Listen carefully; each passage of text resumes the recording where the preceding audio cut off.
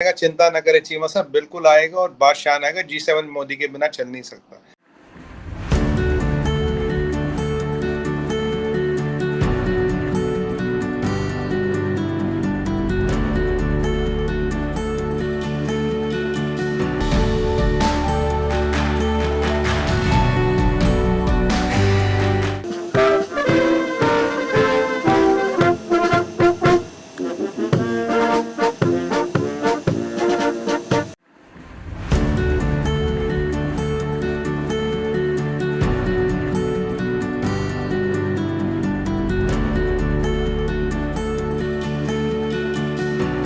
आज ये वर्चस्व है भारत का। American president is walking down to the Indian prime minister, patting on his back and saying, hi buddy, how are you. ये एक बहुत बड़ा सिमेंटिक ऑप्टिक है डिप्लोमेसी में। और जब से मैंने होश संभाला है, मैंने ऐसा होता पहली बार देखा चीमा साहब। This I have seen happening for the first time.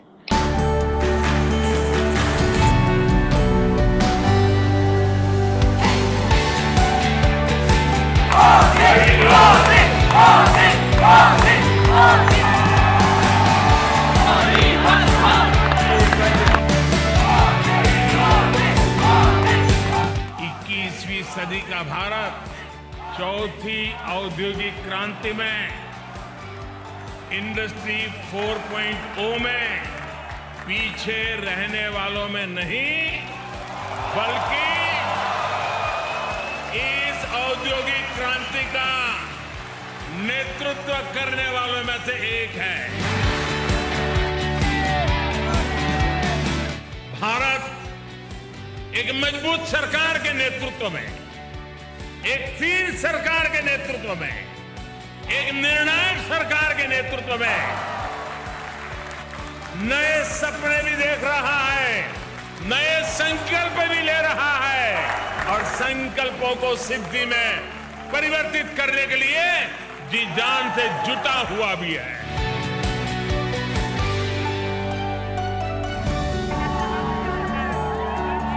एक ब्रिक्स की समिट हुई है, वहां पे मोदी साहब थे और ये बड़ी उनको यूनिक पोजीशन इंडिया को जाती है कि वो एक ब्रिक्स में भी बैठते हैं और वो G7 में भी जाके बैठ जाते हैं। ये बड़ी यूनिक पोजीशन है जो कि और ना कोई G7 वाला उधर जा सकता है, ना ब्रिक्स वाला कोई उधर जा सकता है। तो this is something which is very important to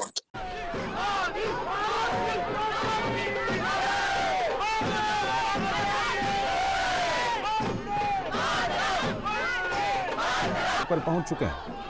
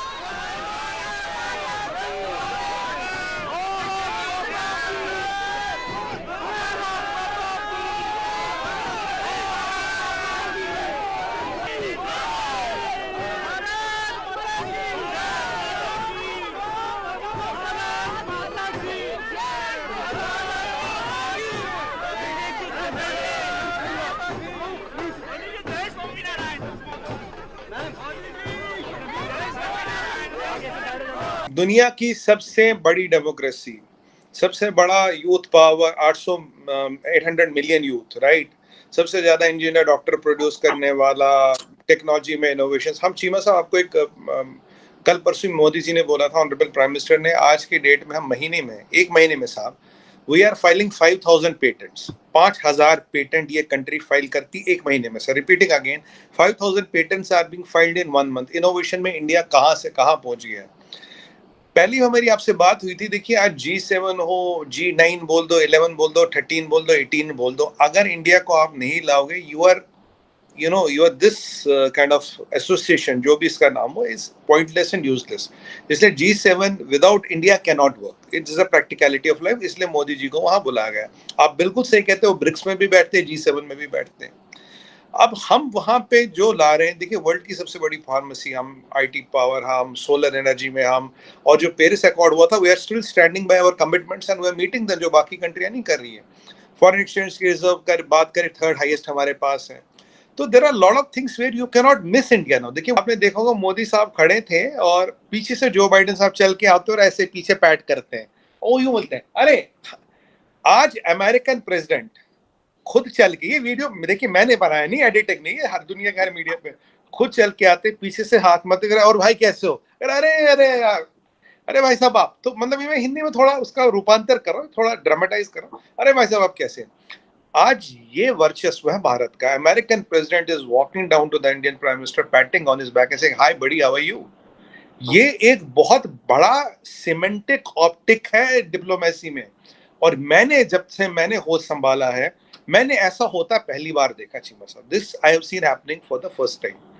तो अब अगर ऐसी अगर ऐसा आपकी पोजीशनिंग है, ऐसा आपका वर्चस्व, आपका ऐसा स्टैचर है, और अगर कोई ये सोच रहा है, कोई ये हवा उड़ा रहा है, या कोई ऐसे गुब्बारे मना रहा है कि आपको लेंगे, मैनिपुलेट करेंगे, फिर बोलेंगे तुम रशिया के अगेंस्ट बोलो, साहब वो तो होगा नहीं। जब पूरी दुनिया एक तरफ हो गई थी तब हमने नहीं बोला, आज तो बोलने की बात ही नहीं। हम एक जरूर कहेंगे, आज भी कह रहे हैं, पहले भी कहते थे, आज भी कहते रहेंगे, सीज फायर। जवाब अमेरिका को देना, जिन्होंने 1 बिलियन के हथियार भेजे ज़ेलेंस्की को। हमने नहीं भेजे एक भी हथियार, हमने गोली नहीं भेजी वहां पे, उन्होंने भेजे हथियार। जवाब उन्हें देना। और मुझे लगता है इंडिया की फॉरेन पॉलिसी जो है, that is unquestionable, nobody can change it, nobody can manipulate it. अगर चीमा साहब कमजोर होती तो अब तक तोड़ भी गई होती, मुड़ भी गई होती और गायब भी हो गई होती। जब आज तक ये खड़ी हुई है और जो बाइडेन साहब खुद आके कह रहे हाय बड़ी, तो मुझे नहीं लगता इस सब के बाद हर कंट्री अमीर नहीं होती। अब उनको इंफ्रास्ट्रक्चर लगाना, चाइना ने हर एक को सपना बेचा। आपको याद है पीछे अपना वैक्सीन लेके जा रहे थे, कहते वैक्सीन भी लो, $2 बिलियन लोन भी लो, हमसे पैसा लो और हमसे हमारी वैक्सीन खरीदो, लगाओ। और आज खुद ही कह रहे कि सारे चाइना को कोविड हो गया, वो वैक्सीन फर्जी है। अब जब उस डॉक्टर ने बेचारे ने बोला वो वैक्सीन फर्जी है, तो वो तो गायब ही हो गया। जिसने वायरस के बारे में बोला वो गायब हो गया, जिसने बोला वैक्सीन फर्जी है वो गायब हो गया। चलिए भगवान बचा जिन जिन लोगों ने वैक्सीन लगाई। एनीवे, अब ये जो चाइना ने दुनिया को एक ख्वाब बेचा, देखो भाई तुम इंफ्रास्ट्रक्चर पे पैसा लगाओ, जब इंफ्रास्ट्रक्चर पे पैसा लगाओ, पैसा आएगा, पैसा घूमेगा, तुम खुद चले पड़ोगे। अब उस पे लिए चाहिए लोन, लोन हम देने को तैयार है। अब किस किस्तों पे लोन है, क्या रेट है, क्या कंपाउंडिंग है, क्या डिफॉल्ट है, कुछ नहीं पता। आपने भी $3.2 बिलियन अभी उनसे लिया, कोई बता दे पाकिस्तान में वजीर आजम साहब को छोड़ के उसका टर्म कंडीशन क्या, मैं मान जाऊंगा, किसी को नहीं पता होगा। ये न्यूक्लियर सीक्रेट से भी बड़ा सीक्रेट है पाकिस्तान में, कोई इसके बारे में बात नहीं कर रहा, टर्म्स कंडीशंस क्या है। अब रिजल्ट क्या हुआ चीमा साहब, इंफ्रास्ट्रक्चर प्रोजेक्ट्स के नाम पे ये लोग देखते थे चाइना को, पैसा लगाते थे, और ये चाइना फंसा रहा हर एक को, 50 कंट्री को डेट ट्रैप में फंसा चुका है। अगर ये कंट्रियां बढ़ती गई, एक दिन तो IMF इनको बेल आउट नहीं कर पाएगा, दुनिया इनको बेल आउट कर ही नहीं पाएगी। अब पीछे आपने देखा जिम्बाब्वे में इन्होंने, या मोजाम्बिक, मुझे कंट्री ठीक से याद नहीं है, $200 मिलियन के चक्कर में एक इंटरनेशनल एयरपोर्ट पर उसे कब्जा कर लिया, केवल $200 मिलियन। $200 मिलियन में तो रनवे की जमीन नहीं आएगी, इन्होंने कब्जा कर लिया। अब ये हर कहीं श्रीलंका का पोर्ट छीन लिया। आपके ग्वादर में कह रहे हैं भाई 1 मिलियन चाइनीज बसाने। भाई अगर तुम्हें पोर्ट से मतलब 1 मिलियन चाइनीज वहां करेंगे क्या, उन्हें क्या मतलब 10 लाख चीनियों का ग्वादर में क्या काम है। ये आपके साथ नहीं, इनकी हर जगह ये हिसाब किताब इनका हर जगह चल रहा है। अब होता क्या चाइना साहब, कमर साहब, चीमा साहब, अब दुनिया को लगा यार ये तो दुनिया को ऐसे फंसाते जाएंगे, तो मतलब इंफ्रास्ट्रक्चर प्रोजेक्ट तो चाइना लोन, चाइना पैसा कौन लगाएगा, चाइना। अब चाइना को हर जगह से काउंटर किया जा रहा है। मैंने आपको 2019 की बात है, 20 की बात है, मैंने आपको बोला चीमा साहब वायरस का इम्पैक्ट खत्म होने दो, कोट अनकोट, मैं आपने नेशनल टीवी पे आप क्या बोल रहे हो, वायरस का इम्पैक्ट खत्म होने दो, उतने चाइना के इर्द गिर्द पंजा कसता जाएगा, 360 डिग्री पंजा सब टाइट करेंगे। अब क्या हो रहा है देखिए, क्वाड बना, बोला एरेना ऑफ ग्लैडिएटर्स, फिर इंटरनेशनल इकोनॉमिक फोरम बनी, इनको हवा ही नहीं लगा, फिर I2U2 बना, इनको पता ही नहीं लगा, ठीक है जी, फिर INSTC बना, इनको हवा नहीं लगी, और आज एक और काम हो गया, ये फोरम बन गई। अब इसका नाम क्या, मुझे नाम इसका याद नहीं है। आज ये $600 बिलियन का फंड खड़ा हो गया, पैसा आ गया, कमिट हो गई, चाइना को पता ही नहीं।